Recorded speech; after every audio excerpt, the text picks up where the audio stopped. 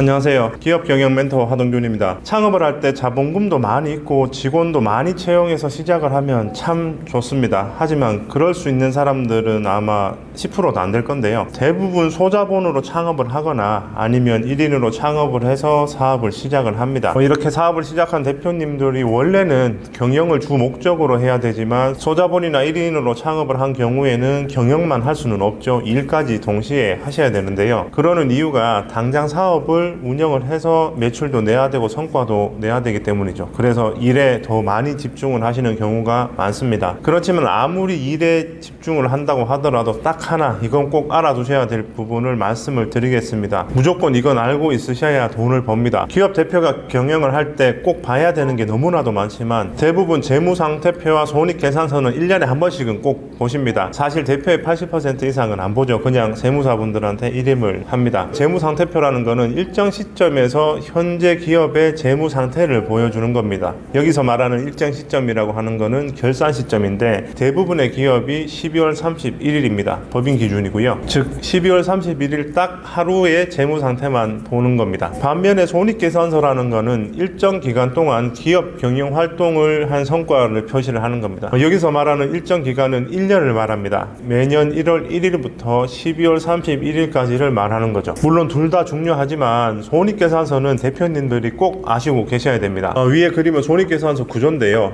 간단하게 살펴보면 매출액에서 매출 원가를 빼고 그러면 매출 총이익이 나오죠. 그리고 판매 관리비 즉 판관비를 빼면 영업이익이 나오고 영업의 비용을 빼고 영업의 수익을 더하면 경상이익 세금 전 이익이 나옵니다. 여기에서 법인세 비용을 지불을 하면 당기순이익이 나오는 구조입니다. 이걸 외우는 이유는 명확한데요. 만약 매출이 발생하게 되면 기업의 이득이 되는 게 얼마인지 아니면 어디에서 손실이 발생하는지 손익계산서 구조 안에서 모두 점검이 가능하다는 거죠. 제가 피자 가게를 운영한다고 생각하고 하나씩 설명을 해보겠습니다. 법인 기준으로 설명을 할 거고요. 최대한 쉽게 설명을 하겠습니다. 매출액은 피자를 소비자한테 판 가격입니다. 즉 고객이 매장을 방문을 하거나 아니면 배달 어플로 해서 그걸 결제하는 금액을 말하죠. 그리고 매출 원가라는 거는 피자를 만들기 위한 원가입니다. 피자 자체를 만들기 위한 건데요. 여기에 들어가는 재료비라든지 아니면 피자를 직접적으로 만드는 제조 인건비 등이 들어갑니다. 그리고 매출 총이익이라는 거는 매출액에서 매출 원가를 뺀 이익을 말하는 거고요. 판매 관리비라는 거는 예를 들면은 피자를 판매하기 위해서는 피자만 드릴 수는 없죠. 그 피자를 포장하는 박스라거나 다른 포장용품,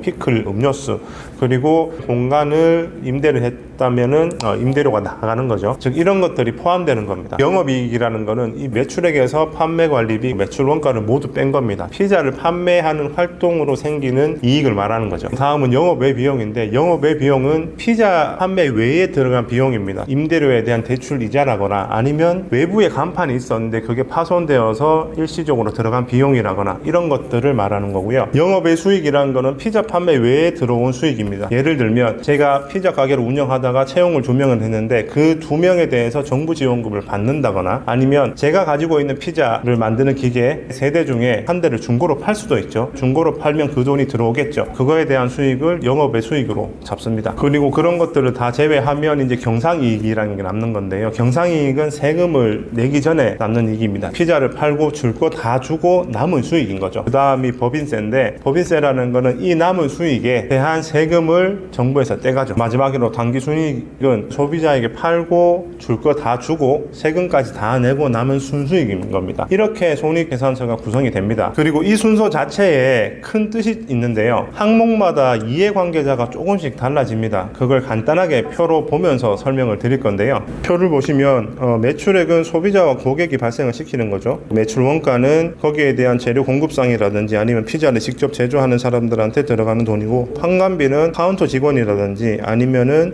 임대인에게 나가는 겁니다. 즉 임차료가 나가는 거죠. 그리고 영업이익은 영업을 하면서 기업 경영자가 받는 경영 성과고요. 영업의 비용은 은행에 주는 이자나 채권자한테 주는 이자를 말합니다. 법인세는 정부에서 가져가는 세금이고 당기순이익은 비로소 기업의 주주가 가지고 가는 이익을 말하는 겁니다. 이게 어려워 보여도 간단한 건데요. 사업으로 인해 소비자를 통해서 매출이 발생이 되면 거래처와 직원 그리고 은행과 채권자 정부 순으로 가지고 갈 몫을 다 가지고 가고 마지막으로 주주가 가지고 갈 수 있는 구조가 되어 있는 거죠. 보통 손익계산서 항목 중에 주주가 가지고 갈 수 있는 당기순이익을 많이 중요하게 생각을 합니다. 당기순이익도 중요하지만 기업의 이익을 극대화하기 위해서는 영업이익 자체를 극대화해야 되고 영업이익을 중요하게 봐야 됩니다. 물론 매출액 자체가 없으면 아무런 의미가 없겠지만 매출이 많이 난다고 하더라도 영업이익이 나쁜 경우가 상당히 많습니다. 즉 이런 거죠. 피자 판매하는 매출은 많은데 판매량은 많은데 영업이익이 다른 가게들보다 낮다고 한다면 재료를 비싸게 사올 수도 있고 불필요한 인건비가 많이 나갈 수도 있고 아니면 임대료 자체가 비싼 곳으로 왔을 수도 있으니까 이런 것들을 점검을 해야 됩니다. 점검 결과 재료비는 적당한데 인건비가 많이 들어간다고 하면 아르바이트 인력을 줄이거나 계약 기간 후에 추가 채용을 자제를 해야겠죠. 반대로 인건비는 적당한데 재료비가 다른 가게들보다 비싸게 들어온다고 하면은 재료비를 공급하는 곳을 다른 곳을 찾거나 아니면 추가적으로 이야기를 해서 가격을 좀 낮춰야겠죠. 이렇게 기업을 운영하면서 이익을 관리하는 거는 너무나도 중요합니다. 일을 정말 열심히 했는데 경영을 소홀해서 이득이 줄어든다면 그만큼 허탈한 거는 없습니다. 이 손익계산서 구조는 꼭 기억을 하시고 내 사업장에 적용을 해보시기 바랍니다. 그러면 오늘은 여기까지 하겠습니다. 감사합니다.